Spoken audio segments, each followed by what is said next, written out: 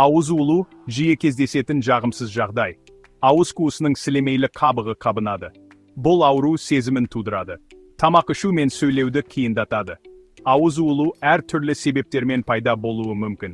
Вирустар, бактериялар немесе саңырауқұлақтар ауыз улуын тудыруы мүмкін. Кейбір жағдайларда ауыз улу аллергиялық реакция немесе жарақат нәтижесінде пайда болуы мүмкін. Ауыз улудың бірнеше себебі болуы мүмкін. Ең көп таралған себептерінің бірі герпес вирусы. Бұл вирус ерінде және ауыз қуысында жаралар тудырады. Ауыз улудың тағы бір себебі автозды стоматит. Бұл аурудың нақты себебі белгісіз, бірақ ол иммундық жүйенің проблемаларымен байланысты болуы мүмкін. Стресс, шаршау және дұрыс тамақтанбау ауыз улу қаупін арттыруы мүмкін. Ауыз улудың бірнеше белгілері болуы мүмкін. Ең көп таралған белгілері ауыз қуысындағы ауырсыну, қызару және ісіну. Ауыз қуысында кішкентай, ақ немесе сары түсті жаралар пайда болуы мүмкін. Кейбір адамдарда безгегі, тамақ ауруы және бас ауруы сияқты белгілер пайда болуы мүмкін. Егер сізде осы белгілердің кез келгені байқалса, дәрігерге көріну маңызды. Ауыз улудың бірнеше түрі бар. Ең көп таралған түрі автозды стоматит. Бұл ауру ауыз қуысында кішкентай, ауыратын жаралардың пайда болуымен сипатталады. Ауыз улудың тағы бір түрі герпес стоматиті. Бұл ауру герпес вирусынан туындайды, және ерінде және ауыз қуысында жаралар тудырады. Ауыз кандидозы бұл саңырауқұлақ инфекциясы.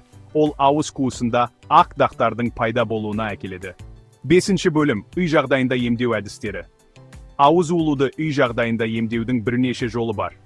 Ең маңыздысы ауыз қуысын таза ұстау. Күніне 2 рет жұмсақ қылшықты тіс щеткасымен тісіңізді тазалаңыз және күніне 1 рет жіппен тазалаңыз.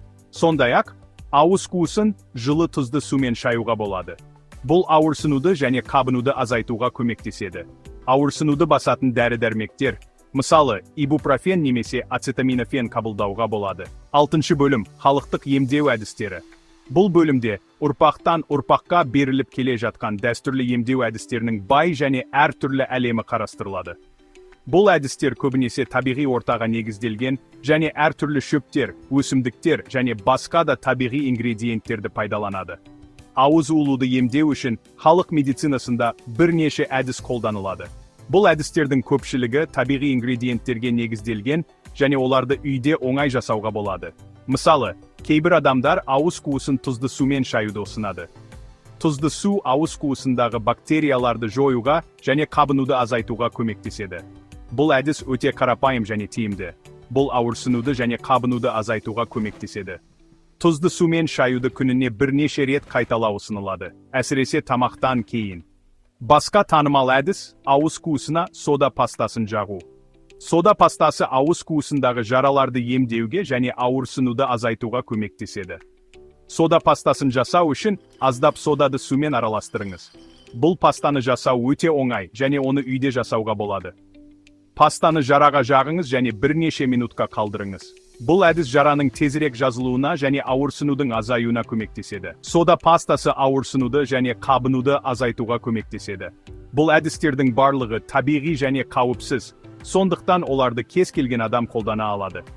Халықтық емдеу әдістері денсаулықты жақсартуға және ауруларды емдеуге көмектеседі.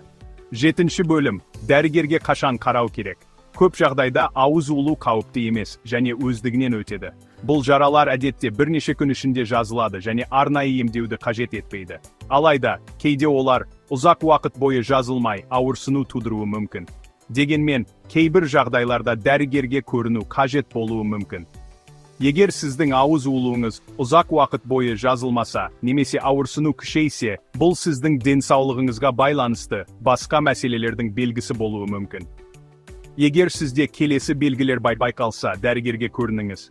Бұл белгілер сіздің жағдайыңыздың күрделенгенін, немесе басқа аурулардың бар екенін көрсетуі мүмкін. Ауыз улуы 2 аптадан астам уақыт бойы жазылмаса, бұл ұзақ уақыт бойы жазылмайтын жаралар сіздің иммундық жүйеңіздің әлсіздігін, немесе басқа денсаулық мәселелерін көрсетуі мүмкін. Ауыз улуы өте ауыр болса, ауырсыну сіздің күнделікті өміріңізге кедергі келтірсе, немесе ауырсынуды басатын дәрілер көмектеспесе, дәрігерге көріну маңызды. Сізде безгегі, тамақ ауруы немесе бас ауруы сияқты басқа белгілер байқалса, бұл белгілер инфекцияның немесе басқа аурулардың бар екенін көрсетуі мүмкін. немесе сіздің иммундық жүйеңіз әлсіз болса. Әлсіз иммундық жүйе сіздің денеңіздің инфекцияларға қарсы тұру қабілетін төмендетеді. Сондықтан, дәрігерге көріну маңызды. Дәрігер сіздің ауыз улуыңыздың себебін анықтауға және тиісті емдеуді тағайындауға көмектеседі. Олар сізге қажетті дәрі-дәрмектерді жазып, жағдайыңызды жақсарту үшін кеңестер береді.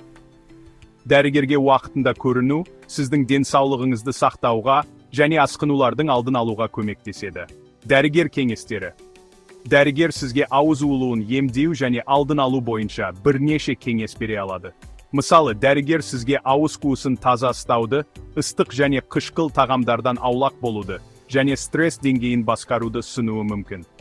Дәрігер сонымен қатар ауырсынуды және қабынуды азайтуға көмектесетін дәрі-дәрмектерді тағайындай алады.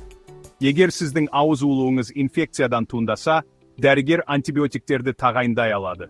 9 бөлім. Алдын алу шаралары. Бұл бөлімде ауыз улуын болдырмау және ауыз қуысының денсаулығын сақтау үшін әртүрлі алдын алу шаралары туралы айтылады. Осы қадамдарды орындау арқылы, сіз ауыз қуысының денсаулығын жақсарта аласыз.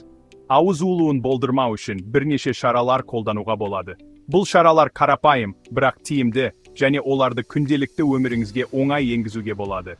Ең маңыздысы, ауыз қуысын таза ұстау. Тұрақты ауыз гигиенасы, ауыз улуын және басқа да ауыз қуысы мәселелерін болдырмаудың негізі болып табылады. Күніне 2 рет жұмсақ қылшықты тіс щеткасымен тісіңізді тазалаңыз. Жұмсақ қылшықты тіс щеткасын пайдалану тістеріңізді тиімді тазалауға көмектеседі, және қызыл иектеріңізді тітіркендірмейді, және күніне 1 рет жіппен тазалаңыз. Жіппен тазалау тіс арасындағы тамақ қалдықтары мен тіс тасының алынуына көмектеседі. Бұл тіс щеткасы жете алмайтын жерлер. Сондай-ақ, ыстық және қышқыл тағамдардан аулақ болу керек. Өйткені олар ауыз қуысының сезімтал тіндерін тітіркендіріп, күйік қаупін арттырады. Себебі, олар ауыз қуысын тітіркендіруі мүмкін. Ащы және қышқыл тағамдар ыңғайсыздық тудырып, бар ауыз қуысы мәселелерін күшейтуі мүмкін. Егер сіз ауыз улуына бейім болсаңыз, стресс деңгейін басқаруға тырысыңыз. Стрессті басқару өте маңызды, өйткені жоғары стресс деңгейі жалпы денсаулығыңызға, соның ішінде ауыз қуысының денсаулығына да теріс әсер етуі мүмкін. Стресс ауыз улу қаупін арттыруы мүмкін. Медитация, жаттығу және дұрыс демалу сияқты стресс басқару әдістерін енгізу арқылы, сіз ауыз улу ықтималдығын азайтып, өмір сүру сапасын жақсарта аласыз.